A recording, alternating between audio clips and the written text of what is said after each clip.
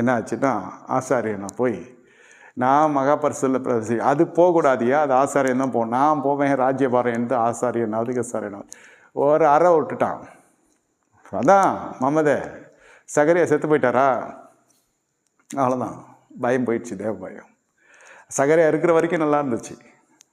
அந்த போதகர் தொடர்பு இருக்கிற வரைக்கும் சில விசுவாசிகள் நல்லா இருப்பாங்க. ஏன்னா அழைக்கப்பட்டது அந்த தலைமைத்துவத்துக்கு நீங்கள் சேவகம் பண்ணும்படியாக. அந்த ஊழியத்தில் இருக்கிற வரைக்கும் சில பேர் பிரகாசிப்பாங்க. அகித்தோபேல் கூட தாவீதுகிட்ட இருக்கிற வரைக்கும் ஒழுங்காக இருந்தது. தாவீதுக்கு விரோதமாக எழுந்த பொழுது அகித்தோபேல் தூக்கு போட்டு செத்து தொலைய வேண்டியது ஒரு சூழ்நிலை வந்துடுச்சு. ஏன்? கிருபை வேலை செய்யலை. நீங்கள் அபிஷேகத்தை நம்பி, கிருபையை நம்பி, வரங்களை நம்பி, சிருஷ்டிப்பை நம்பி சிருஷ்டிக்கிற விட்டுறாதீங்க. கர்த்தரை நாடுங்க, வரங்களை நாடுங்க, வேணான்னு சொல்ல. ஆனால் உங்களுக்கென்று எழுப்பப்பட்ட தலைமைத்துவத்தை எடுத்தங்கவத்தில் முடிவெடுத்துறாதீங்க. நீங்கள் விட்டு வந்த பாரம்பரியத்தை நான் சொல்ல, எழுப்பப்பட்டிருக்கிற இப்போ நிலுவையில் இருக்கிற தலைமைத்துவம், the leadership which God has raised you currently, பழைய காரியம், பழைய சபை, பழைய விஷயம் அதெல்லாம் ஒழிஞ்சு போச்சு. பழைய ரசம்லாம் போயிடுச்சு. விசுவாசிகள், முக்கியமாக ஞானஸ்தானம் எடுத்த ஜனங்கள், நீங்கள் எடுக்கப்பட்ட ஞானஸ்தானம் எங்கே?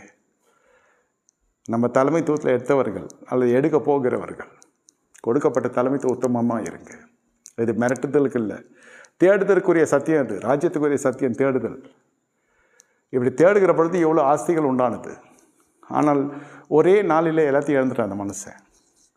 தப்புன்னு ஆசிரியனை கை நீட்டி அடிச்சிட்டான். உடனே கர்த்தர் குஷ்ரோகத்தை கொடுத்தார். குஷ்ரோகம் வந்துச்சுன்னாக்கா அந்த காலத்தில் தள்ளி வச்சுருவாங்க.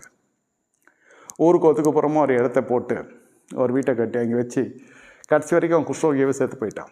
அவன் அடக்காரதனை கூட அவ்வளோ ராஜாக்களுக்கு செலுத்த வேண்டிய எந்த கந்த வர்க்கமெல்லாம் செலுத்தலை. அந்த மகிமே போயிடுச்சு.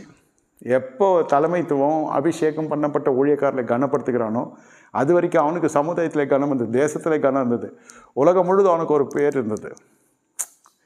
எப்போ ஊழியக்கார மேலே கை வைக்கிறானோ அவ்வளோதான், முடிஞ்சிச்சு. அதோட பிரவேசிக்க கூடாத இடத்துல பிரவேசிக்க நினைக்கிறான், அவ்வளோதான், முடிஞ்சிடுச்சு வாழ்க்கை. எப்படி க்ளோஸ் பண்ணுறது பாருங்கள். வாழ்க்கை எப்படி க்ளோஸ் ஆச்சு, இப்படி அநியாயமாக போச்சு வாழ்க்கையில். அதான் ஆவிக்குரிய வாழ்க்கையில் எப்பொழுதுமே ஜெயிச்சிடும்னு சொல்ல முடியாது, கற்றுக்கொள்ளுகிறோம். அப்படி இருந்தால் தான் வாழ்க்கையிலே நம்ம பிரகாசிக்க முடியும். கற்றுக்கொள்ளுகிறோம். 25வது ஆண்டு இந்த ஊழியம் கர்த்தர் என்னை வைத்திருக்கிறார். 25 ஆண்டுகள் நான் ஊழியம் செய்கிறேன் நான் சொல்கிறதுக்கு நான் கூசுகிறது. தேவபாயம் நிறைந்ததுனால் நான் சொல்லுகிறேன், கர்த்தர் இந்த ஊழியத்தில் என்னை வைத்திருக்கிறார்.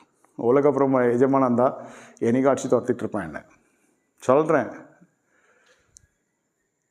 இது உண்மை.